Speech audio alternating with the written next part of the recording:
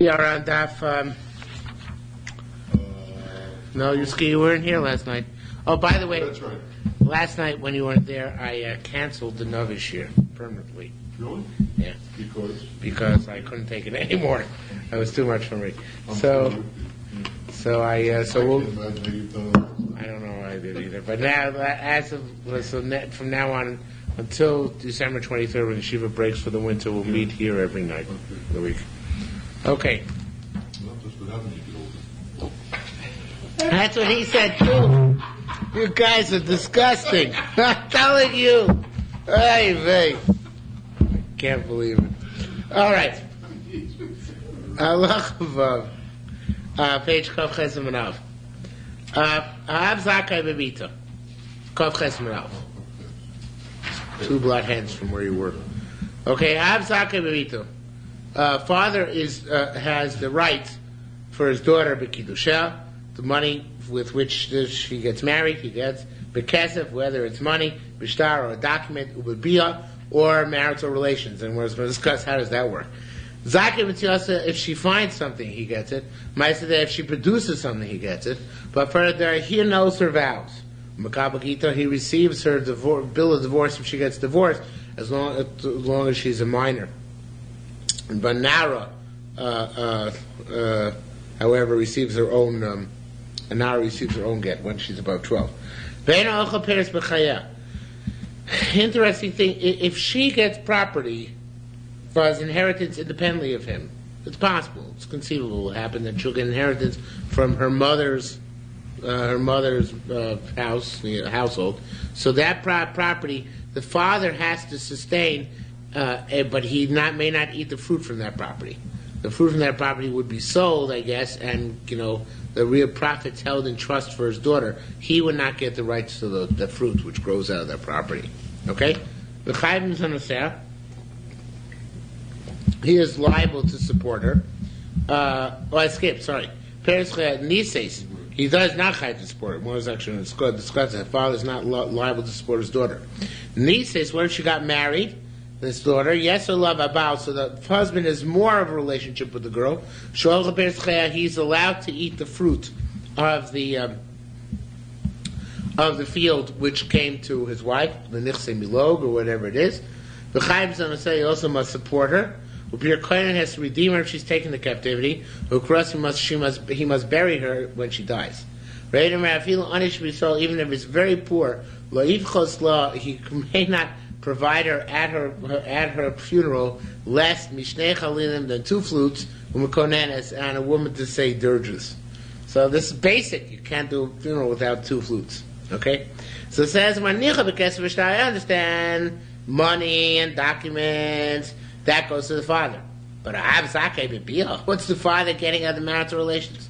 Tipata, let's resolve it like this, and the Bavli doesn't bring this down as well, I think. It says Tipata Sharmala, he says to her, Shamar Lo, the husband said to the father, when I acquire your daughter by relations, I'll give you X amount of money. Because the money is not money with which he marries her. It's not in lieu of a ring, but it's money. It's kind of like the wages of this marital relations. So he says, after I have relations with her, then I'll pay you off. And that money goes to the father. Okay? Now the father gets whatever she finds. Rabbi Zakai de Alexandria, Mishal Shol asks like this. Mitzia Shanov, this is a very interesting question. I don't believe it's in the Bavli. Yerushalmi won't answer either. Rabbi Zakai de Alexandria, Mishal Shol asks like this.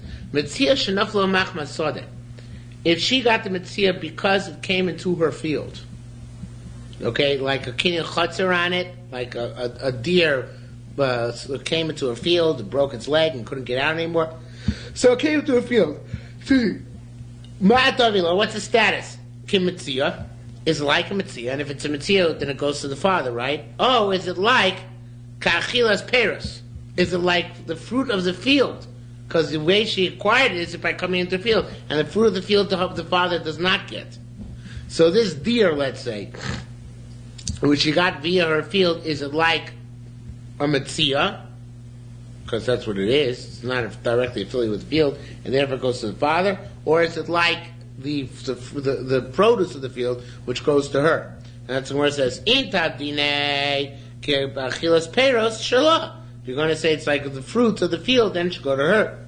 And the Gemara does not answer that. We go on to the next case. Fruit of the field is something that you work for, like active income. This is kind of passive income because it just happened to wander into it. Right, that's one perspective. And the other perspective would be to say, despite that it's considered to be fruit of the field. Okay? Nises, quote from the Mishnah. Nises, when she gets married, Yeser love about the father, the husband's status is greater than that of the husband. She'ochel peres chaya, the husband eats the fruit during her lifetime. Now, why is that? Takona tiknu. This is also in the Bavli. Takona tiknu. They made a takona that he eats the fruit. Shem mefakech al nichse ishto v'ochel, because they said he should pay attention to his father, to his wife's property, and that's why he eats it in order to give him an incentive to cultivate it and preserve it. Voimer apavkin. Let's say also like the father, that by the father. So it says no below kach. Even without such a takana, the father will be concerned with properly providing for his daughter's property. Why is that? Why would the father be concerned with providing for his daughter's property? Dowry. Yeah, one reason, the Torah gives two reasons. One is because he loves her. And the other is because the other is what does love have to do with it? She's more marriageable if she has a greater dowry, right? I knew you would enjoy that carbonade. But first he says that. He says, Bob, also because he loves her. And then he says, Inami, sheikavel kesef kiddushin harvey. It's going to get a lot of money for her. Okay. So, it's gewaldig the way we're such great Talmudists. Okay. The word, you understand the underlying principle of Kant Shas. Okay, the word v'ochel here is the surface carbonated talks it out. And we go to the next issue. Chaim is on the husband has to feed her and redeem her if she gets taken captive. Tani, we learned in the Brayso, Baal Shamar, a husband who said, if she lo lechol v'lo fakech, I don't want to eat the fruits, and I don't want to watch the property. Ain't Shamilu, he has no right to do that. So Rabbanan were Misakin, he must take care of the property. She can say, I don't want him to take the fruit, and I'll take care of my own property, but he can't opt out of it. Okay? Says the Gemara, the father said, Ani ochelum fakech, he offers. He says, let me eat the fruit, and I'll watch the property. Right? In other words, he says, I'll do a better job. Show me, we actually accept that offer on his part, because obviously it's our best interest, the girl's best interest, to make sure that happens. By burial, Tani went to write so Loratza Ba'al if the husband doesn't want to bury her, Ha'av Kovra, then the father buries his deceased daughter, and then he takes his son-in-law, ex-son-in-law, to court in order to get the money cost out of him. Chagai said, Lomru Elah, only the father has the right to recoup his cost on the funeral. But another fellow, Eino Govit, cannot recoup the cost of the funeral. Whatever he spent, he lost. And we have precedent for this. Rabbi Yosef, we'll see in a minute. Rabbi Yosef ben Acher, where it's the father or somebody else, they can go and collect from the husband. The Sayan Elim Plukta, and this machlokus is going Kahalim Plukta, like that machlokus, which we're about to say. The Tinatamon we learned over there. This is later on in Kesuvos. I don't know if it's in the Yerushalmi too, but it's later on in the Bavli. Skipping the parentheses and going to the brackets. Mishahalchim Dina Sayam. Somebody went to Chutzlaretz without providing proper provisions for his wife who remained home. Svamad Echor Rapinas Ishto, and somebody rose, some good neighbor rose on his own recognizance and sustained this guy's wife. He put his money on a deer's horn. In other words, he has no guarantee that he'll get the money back from the husband, and he can't take the husband to court. He has no recourse. It just is on the mercy of the husband, right? Rabbi Chagai. So that's one interpretation, and over here we'd say the same thing. If we said that nobody get the money back, it's because he because he put his money on the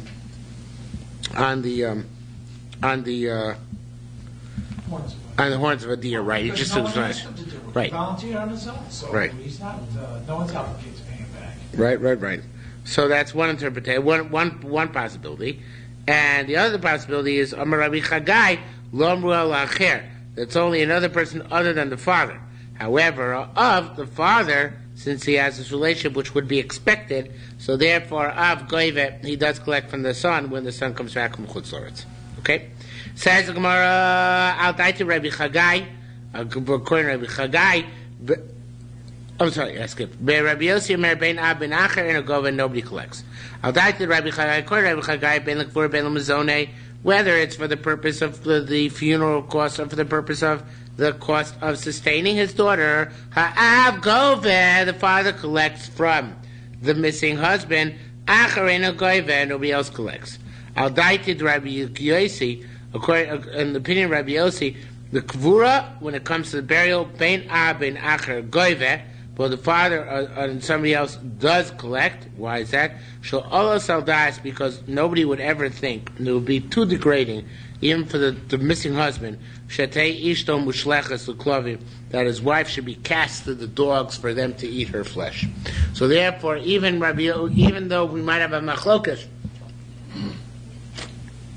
when he goes to Chutz La'aretz, whether he wanted his wife to be supported, certainly he wants his wife to be buried, and that's why later on the father spends money on it, even if somebody else spends money on it, so then they can recoup the cost from the husband when he reappears.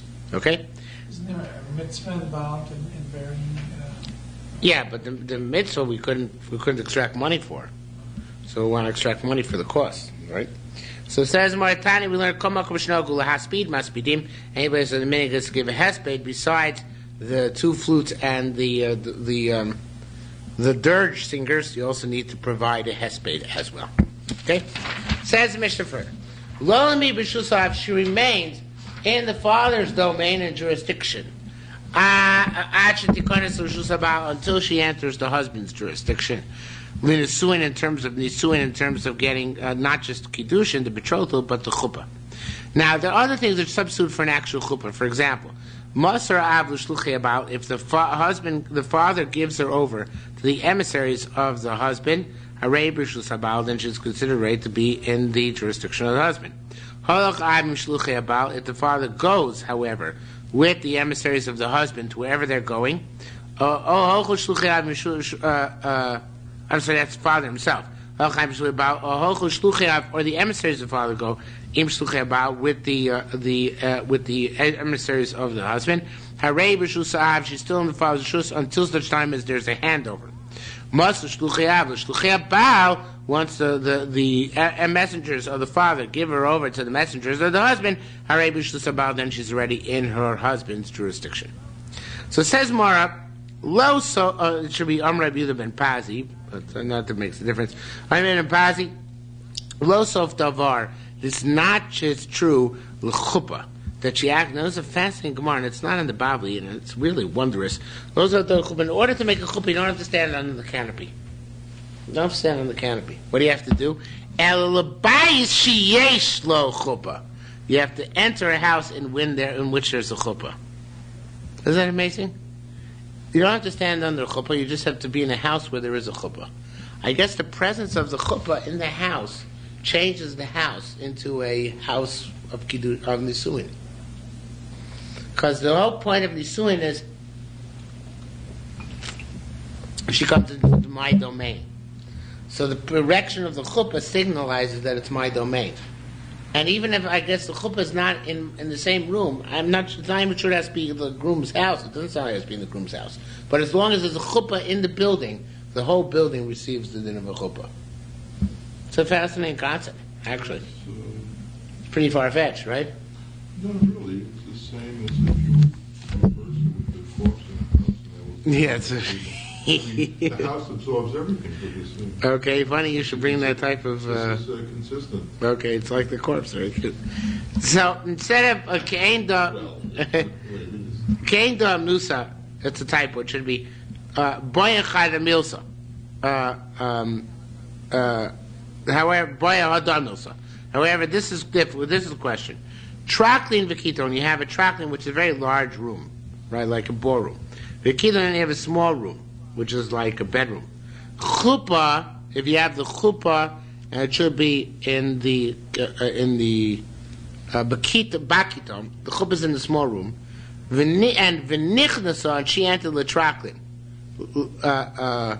And she entered the large hall. So what's the halacha there? In other words, in a house where all the rooms are equal, where you put the chuppah in the big room and the many small rooms, so all rooms can be considered to be part and parcel of the chuppah. But what about when you put the chuppah in a small room, and then you have a ballroom besides? So I say the chuppah as if it reaches into the ballroom, or do I say that no, it actually has to be, once it's placed in the ballroom, reach the other rooms, so it has to be placed in the ballroom in order to reach anywhere else. Okay? So the Gemara doesn't answer that, basically.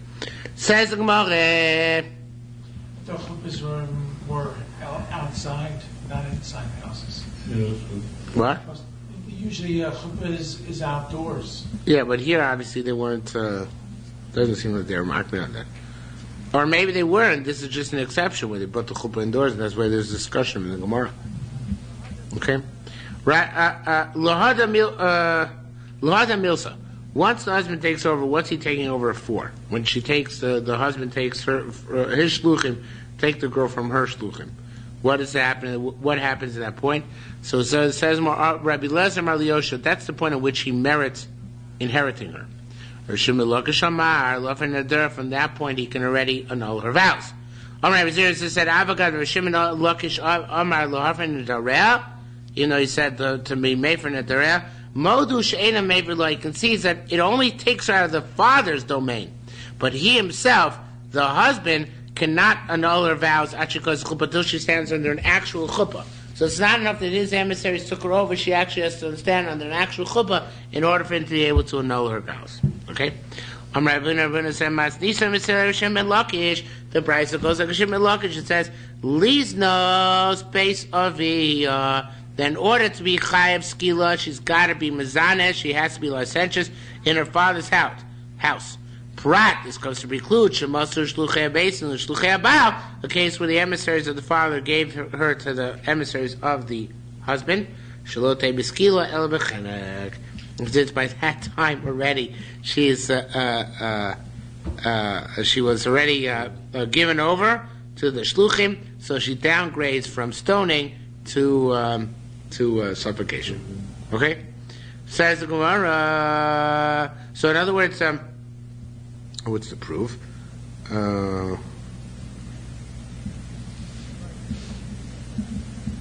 Right, it ain't. What is the proof? I guess he's saying that's the only ramification of when it's given over to the emissaries of the husband. At that point, this Gemara says she downgrades to suffocation instead of death by stoning. But it sounds like for any other purpose, the point in which they're betrothed is the same like the point where they're betrothed. Yeah, it sounds like the point where they're betrothed is the same in other respect as the time after you give her over to the emissaries. And just like when she's betrothed, you, the husband, don't yet have the jurisdiction to annul her vows. So, even after she's given over to the emissaries, you don't have that right to annul her vows until she actually comes in either into a chuppah or into your house. What's analogous to Bas Kohen, who's betrothed? She still eats truma. Betrothed to a Yisrael. She still eats truma. We possibly she doesn't. House. Possibly she doesn't. Midrabanan, but she can. You're saying at the rights level. Yeah. Yeah, it's a similar idea here. That even though she started exiting her father's house, and father can no longer annul her vows, nevertheless she's not completely out of her house because and therefore the husband cannot yet annul the vows either. So that's what he's saying again. That lofin the modesheno meifilach because b'chuppah, and the proof is that here too it says that the only ramification once they gave over to the emissaries of the father is that she downgrades her death penalty, but there's no other ramification of until she actually comes into the chuppah. Okay, is that clear? Okay, so a father is not required to support his daughter. Zo medrash Rabbi Eliezer ben Azariah, but Karen Biavne. This is a medrash Rabbi Eliezer ben Azariah expounded upon in Karen Biavne. Hakonim Abonim Yershu. The boys get the inheritance. Babonos Yisanu. and the daughters get fed. Whoever ma banim ein yorshim el achar misas avim, the sons only inherit after the father dies. Afabonos of the daughters ein anizonos, they are not supported el achar misas avim, only after the father dies. So it's a very strange conundrum here. What's a conundrum? What point do you start having to support your kids? What point? Mm-hmm. When they're born. No. Sorry, Mishnah says. When does the Mishnah say? What does it? After death. When you die. Yeah, when you. You only have to support them when you die. You know, then I understand why kids want their parents dead. You have, when it has support only after they die. You're talking about Yerusha. Yeah, but there is no chiyuv while they're alive. That's exactly his point. Even for sons. Even for sons. That's weird. Okay, for daughters, there's more reason to the PhD mechuyev that we're going to Because the discuss. son is learning in yeshiva. We're going to discuss that too. It says more further. Mitzvah lazun es habanos. It's a mitzvah to support the daughters. Vein tzarich l'mar sabanim, and it goes out saying it's a mitzvah to support your sons. Now this is before you're dead. But so here it's a mitzvah, but it's not an obligation. Rabbana were not misaking it as a mitzvah, as an obligation, only as a mitzvah. Okay, Rabbi Yochanan Brok Omer, chayav lazun es habanos. You must support your daughters. Okay, that's actually machlokes in Babli and Yerushalmi, because in the Babli it says even Rabbi Yochanan Brok says you don't have to support your daughters. It was talking about something else, but here it says quite clearly you must support your daughters. So actually it's different than our Mishnah. Is Tani to those who learned that Abani Mikra, they actually you have preference in supporting your sons. Why is that? We'll see in a minute. These Tani to those who say Abani Mikra, that the daughters are preferable. Mandamar says the Bani Mikra, that the children are preferable to support the boys because the Talmud they're going to learn. Right, they didn't have Yotzot back then. Mandamar Abanos Ikari, who says that the daughters are primary, nor they shouldn't go off the derech, they shouldn't go off the beaten path out of starvation. Nina Busha, they made a decree in Usha, Sheadam Zon is one of a Ktanim, a person has to support his minor children. Rabbi Yochanan said, baloney. Yodimin Hayber Minyan. Do we know who voted on it? Not knowing who voted, we can't accept the vote. Interesting perspective, right? Ukva asked Rabbi Yochanan. Ukva came to Rabbi Yochanan, asking whether he has to support his kids. Amar Lei, so he said, Ukva, Zoid Banecha. He said to him, Ukva, go feed your kids. Right? Rabbi Yochanan said to him, Amar Lei, so Ukva said to Rabbi Mori, Amar Rabbi Ula, he did,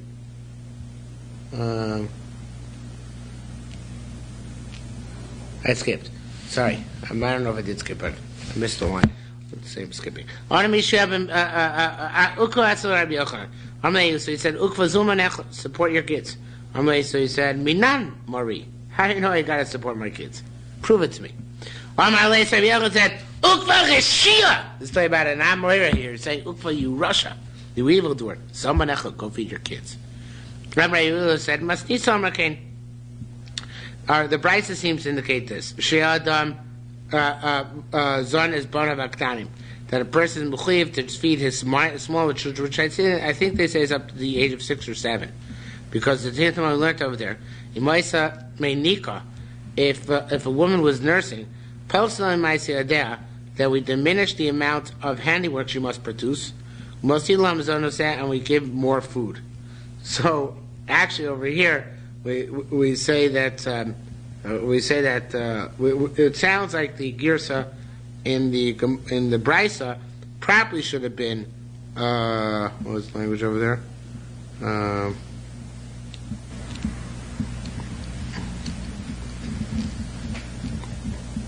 It's just machlokas amaroim. I don't know. It's not. This is the only brisa we're dealing with. So if he writes again, he might say menika, which was nursing. I said that we diminish the amount of work she must do. Most even we add to the food ration which she gets. So if that's the case, we see quite clearly that it is a mitzvah to a person to support his younger children. Because otherwise, why would we diminish her? Why would we add more food to her? Right? It must be that so she can produce more milk and better milk. What? If she's Yeah, but she doesn't have to produce any milk at all. If you hold that a person is not required to support his minor kids, why should the produce any milk at all? The kid's going to be in danger of... So they'll give it to a wet nurse. Got to pay a wet nurse. Okay, so I'm just saying, that's the proof. You might not like it, but that's the proof. The proof is that if you provide more wherewithal for her to feed, it must be that person must support his very young kids, the ones who are nursing. Okay? Otherwise, you wouldn't know that. It's interesting. Otherwise, you wouldn't know a person to support his kids. No, I mean maybe it's for it, but there's no pasuk for it. Okay? Says more. Rabbi Shimon b'Shem Rabbi Yehuda bar Chinna said, Nil Busha, they took a vote in Usha, and the vote was because in the Chassid Banav, a guy writes all of his property over to his kid while he's still alive. Now, theoretically, his parents now. It's a living will. Theoretically, the kids could throw them into the poorhouse, though, right? That's what's that called? The remainder trust. No, so that's what it's. I don't know. I'm not familiar with the term, but that's what it sounds like here. So it's a remainder trust. I like that. So, nizonim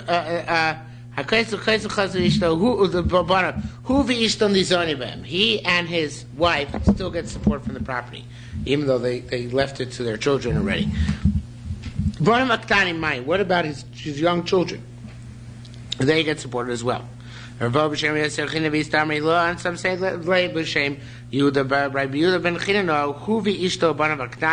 he and his wife and his young children are sustained from whatever revenue is left. Right? What's the status of a widow? Rabbi Zir says we don't know what the status of the widow is. I guess it means when he wrote the property, so we say he left himself out, and his wife and kids. But what about once he dies? Does his widow have a lien on the field, certain claims on the field, or is the widow at the mercy of whoever is holding the field right now? That's the question. So like it doesn't pass through probate, it goes directly to the child. Right, it never goes to the women. Never goes to the wife in halacha. But the question is, are they responsible to give stuff to her? Because I guess that was yeah,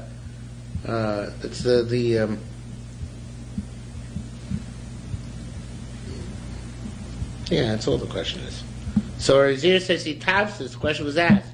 Once he dies, the husband who made the contract, does his wife still support it? The question was asked, Lois Barajas, and it wasn't explained. It wasn't resolved. In the Bavli, however, the Rebaz brings out from the Bavli, in the Bavli, Rav Zira actually says it was resolved. That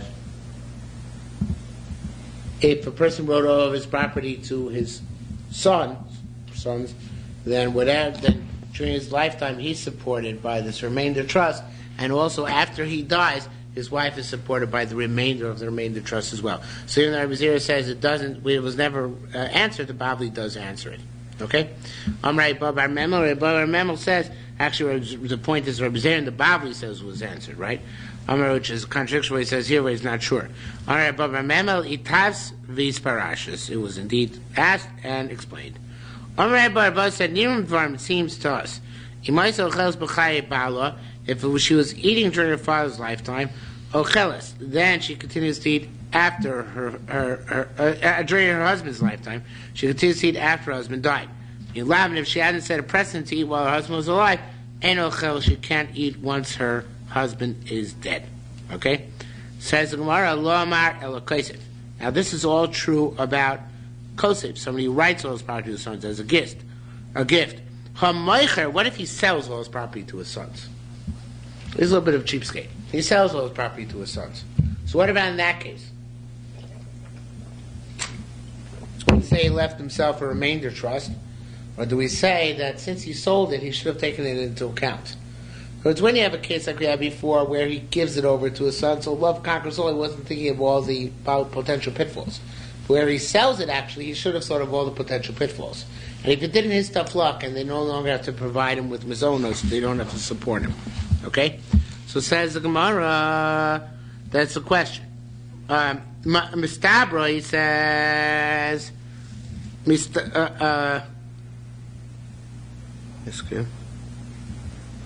Well, let me go back a line. What if he wrote to his kids the property, but he sold to others? So does it mean he was calm, cool, and collected and made his decisions or not? Mine, what's the status there? So he said, Mistabra Asa. So he said in this, or Isa. It makes sense to say that in this case, even if he sold his property to other people, the other,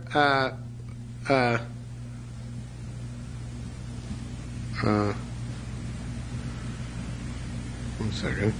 Yeah. Mistabra Isa means even if he sold the property, makes sense to say that even if he sold the, I'm not saying this right. Let me try it outside. Let me try it inside. Let's read from the 5th line down again. You wrote to your kids the property. And then sold some of the property. And then sold some of the property to others. What's the status in that case? Do we say you probably took care of yourself because you sold some of the property? Or do we say, no, nevertheless, it's vis-a-vis your son. You gave his gift, so you're expecting to live on the land rent-free. So he says, what's the halach here? Mistabra Asa. It makes sense, or Esau, according to Carbonator, it makes sense to say that in this case, he actually does get fed. The father and the mother and whatever young children have, they do get fed from the property which they wrote. Again, the property they wrote over to their children. If they just wrote over property to their children, so then they get supported for the rest of their lives. If they sold property to their children, they don't get support at all. Because they should have made provisions, right? It wasn't a gift, it was a sale. If they if they wrote property to their children and sold property to others, they still get supported. Because vis-a-vis their children, it was still writing over a gift as opposed to a sale. Okay? Says the Gemara, Amar Echida says, Ana leis matasle. I would not give the parents the remainder trust. Since they were able to reckon how to sell to other people, they should have reckoned how to set up their trust themselves. Says Amar said, Lo mistabra agrin shamsha. No. It makes sense to say the other way. It says that we force the kids to support them. Am kidei kach, that they have to hire help for their parents, right? And even if your father, is an old man and he's an old widower, right? So his wife dies, so you, the children to which he wrote over his property, have to make an effort to marry him off. It says here, you hire for him a worker. You marry him off a woman. Like he was served while your mother was still alive. Okay? Now what about Pnei Banim? What if you write all your property to your grandchildren? Mind, what's the status then? That's like a Shai Teres Yisrael learns the one other carbon of Pnei Moshe, but that'll do. What if you wrote your property to your grandchildren? Ramon said, Pnei Banim, it should be the next line. Harei Kebanim, they're like kids. Rabbi Yossi argues Amar Aim Pnei Banim Kebanim. Grandchildren are not like kids. Okay, but the question is what the status of grandchildren is. Now, this is important to know. We're talking about here a case where you have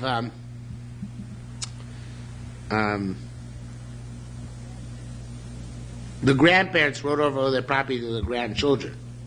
Are the grandchildren then required to set up the remainder trust for them or not? That's the machlokas. If your children are like and grandchildren are the same, so then they have to set the trust. If grandchildren are not like children, so they don't have to participate in the trust. We had in the Gemara before, though. Grandchildren. Yeah, sure we can. So as well, Amalei Rabbi Yossi, actually it should say here, yeah,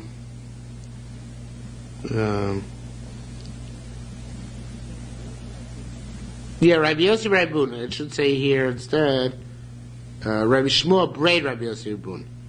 It says Rabbi Yossi Rabbi Bun should be Rabbi Shmuel, the son of Rabbi Yossi Rabbi Bun. I'm not sure why it makes a difference, but that's what the Shai Teres Yisrael said, and the Carbonator say, because they learned that from someone else. They both say,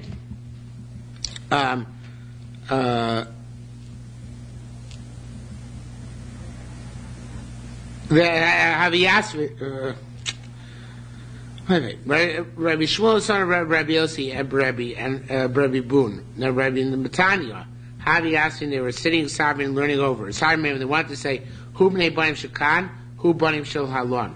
It's not exactly clear what they meant by this, but I think it means that the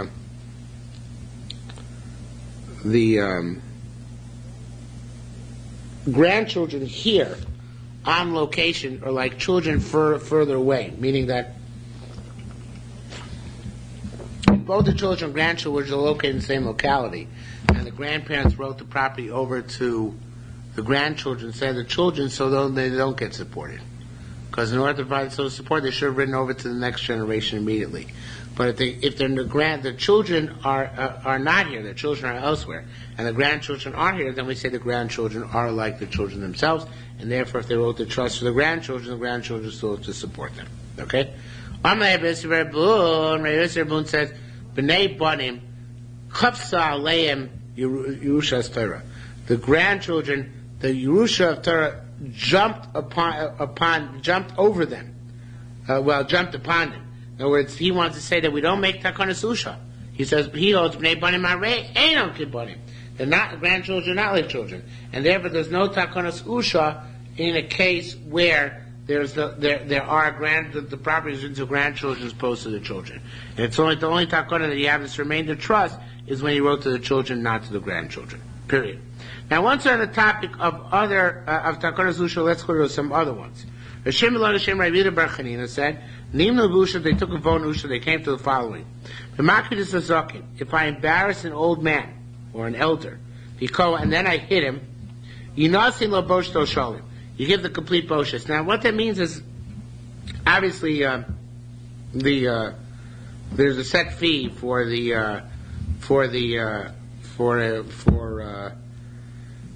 well, no, that's not what I meant to say. I meant to say that there is no set fee for embarrassment, right? But here means that normally you pay that fee for having hit somebody, but you don't pay that fee for having insulted somebody. If I come over to you and I say that you're a pig, right? So do I have to pay for that for boshas? Is it in public? I don't. I insulted you, but I don't pay boshas on it. However, if the guy said, you're a pig, and then hit him, so that's it saying you have to pay more than if you just hit him plain. Okay, because you exacerbate the situation. Okay? So that's this next drasha. They say Rabbi Yehuda Bar Chanina Hava. This is Rabbi Yehuda Chanina who said this thing.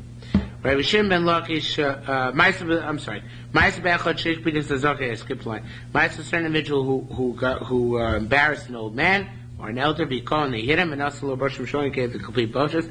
Armin said, Chanina, he was the one who got this, who was damaged. Rabbi Shimon ben Lakish, Rabbi Yehuda Bar Chanina said, another takon of Usha. Nimnu Busha, they made the Queen Usha, Shehei Adam, that a person should be, Mafish Chomesh L'Chassid L'Mitzvos. A person gave a fifth of his property to mitzvahs, right? Famous Gemara, 20%. Ad Eichon, to where, now this actually learned out of a drasha, to where Rabbi Yirmiyah, Rabbi Abba, Bar Kana, Chadamar, one says, Kidei, it should be, not too much, Ma'aser Rishon, Ma'aser Sheni. But that's how they learned out of 50. They learned out of 50 because Ma'aser Rishon and Ma'aser Sheni together are always a fifth of the grain. The Charanamar, the other said, honor HaKadosh Baruch Hu from your collection or from your treasury. Another pshat which is given in Farshim, it's like what you give for a Truma Gedola. A Truma Gedola is a very small amount. It's not exactly 1/5. Ram Gamliel Bar Anya, a sort of Anya Bokare Mana Yasser Mana Ma Chomesh B'Chol Shana. Is it a Chomesh every year? So at the end of 5 years you'd be broke, right? So it says more Goras. Learn here. Like it says in the first halacha of Peah, v'lo mus ela shelo yamus, and up to the point where it says not that he died, but rather he shouldn't die. It's a whole Gemara over there, and actually the Yerushalmi over some sofa wrote the Yerushalmi was too lazy to say over the entire sugya there in Peah, and just said garas, which is like ayin sham. See over there what it has to say over there. Okay, says the Gemara. Rabbi Elazar ben Azai Avad lo Ksuva Medrash. Relazman as I used to darshan the text of a ksuva. What's how he used to darshan? Shedarsha Relazman as I darshan following. It says in ksuva, Habanim Yershu, the boys inherit, Vabanas Yizonu, and the girls, they get sustained. Ma'abanim and Yerushalmi Kesuvos. It's like boys who not get supported by their father until after their father dies, like we said before. So too, Habanas Yizonu, daughters only get fed Elachim Misabim after the father dies. Okay, because that's we learn it's contingent on each other. The Beisil Avdin Loksuva Medrash. Beisil Darshan Loksuva. How so? Dorish Hila Azokin. Hila Azokin Darshan. By the way, this whole Gemara until the next mission we had back in Yevamos, but a while ago. But Hila Darshan, Loshen Hediot. Even a language which was instituted by common people. Kachi Ukaisim about Alexandria. This is the way they used to write in Alexandria. And the way we'll see momentarily, and that was enough to make the point. A certain thing happened in Alexandria. Somebody was marrying a woman. Very often, people marry women. The chavero and the friends, who call friends like that, who needs enemy? It's chavero and his friend Chodfo would grab the girl minashuk from the marketplace and take it for himself. When the Maisa episode came for Chachamim, I'm saying they want to make all the kids mamzer because the friends grab betrothed women, right? It's after the betrothal that they grab the wives, right? So it says, then Beisil Darshan, and he said, Hill said, take your mother's ksuvas out. Well, they took their mother's ksuvas out. They found written in the ksuva, Bohen, when you enter my house, taking into, then you're going to be my wife, Kadas Moshe V'Yudai, like Moshe V'Yisrael. So if that's the case, what they proved is that, we still proved it's not a Mamzer's issue, because he said they all wrote in their ksuva that the marriage doesn't take effect. It was like a marriage of tonight, doesn't take effect until they actually enter the house, and that's why whoever grabbed the fiancés here, although they weren't doing a nice thing, they weren't committing mamzeros. Okay? Beishamai adin ksuva medrash. Beishamai darshan ksuva. The Beishamai darshan by a woman who was believed to say her husband died. So then, and of course the husband came back in the end. So the question is, what's the status? Does she get a ksuva? Somebody say her ksuva nilma. Beishamai says, let's refer ksuva itself. Shukosi lo, he writes, Shimtinosi lacha titli mashkosu lechi. If you if you marry somebody else, you get whatever you're supposed to get. So if that's the case, over here, so if you marry somebody else, right, if you marry somebody else, you get what's going to you. Even though you haven't proved that your husband was dead. This is told about a case, actually, a woman who did not marry a second husband. A woman just came and said, my husband died. So we actually give her the dispensation to get remarried, but what's more important in this Gemara is that she loses her right to... Whether she loses her right to collect the ksuva. Because collect the ksuva, maybe you need 2 edim, right? So that's what Beis Shammai said. No, you don't need 2 edim, because it says whenever she gets the right to remarry, that's enough. And here too, she gets the right to remarry even from without 2 witnesses. So therefore, as long as she has her say-so, therefore she gets her ksuva as well. So here Beis Shammai is more meko. But the thing is, Chosu Beis Hillel Horoskli Beis Shammai. Beis Hillel, in fact, adopted the Shita Beis Shammai. Rameir Avak Ksuva Medrash. Rameir Darshan Ksuva. How so? Did you down here, by the way? Okay, so let me stop where we get to the base. Rameir Avak Ksuva Medrash. Somebody receives a field from his friend. Once he took hold of it, hovira, he left it. It says chavero here, but it should be hovira. He left it fallow. We reckon how much it could have produced, but no sin and he gives him that much. Why is that? So he writes in the document, says, if I leave it fallow, and don't work it, I have to pay you the best. It says Rabbida's the house. Darshan. Other maybe they ishto call carbon shechayeves. A man is required to bring for his wife every carbon which is incumbent on her. I feel achal chalev even if she ate forbidden fats. afilu chil Shabbos, even she was mechal Shabbos. V'chena yor Rabbi Yehuda, and so to Rabbi Yehuda said. Patra, however, once you divorce her, ain't a chayav, but you no longer chayav mir korbanos. Shekeni koseves, because that's what she writes in her receipt to him. V'achron di asyon li Allah, other things which come upon me, min kamas tanoah, which I had upon you before I exempt you from that, and I exempt you. Therefore, she writes in receipt when she receives a ksuva that she exempts her husband from all previous obligations, including the necessity of bringing a korban on her behalf. Okay. Isn't that Pshita, that once... Yeah, but I might, because she made the sin before, she made the sin before the divorce, so I might say he's achroi for that. So she has to actually relinquish him for that. In insurance, that's called a tail, in malpractice insurance.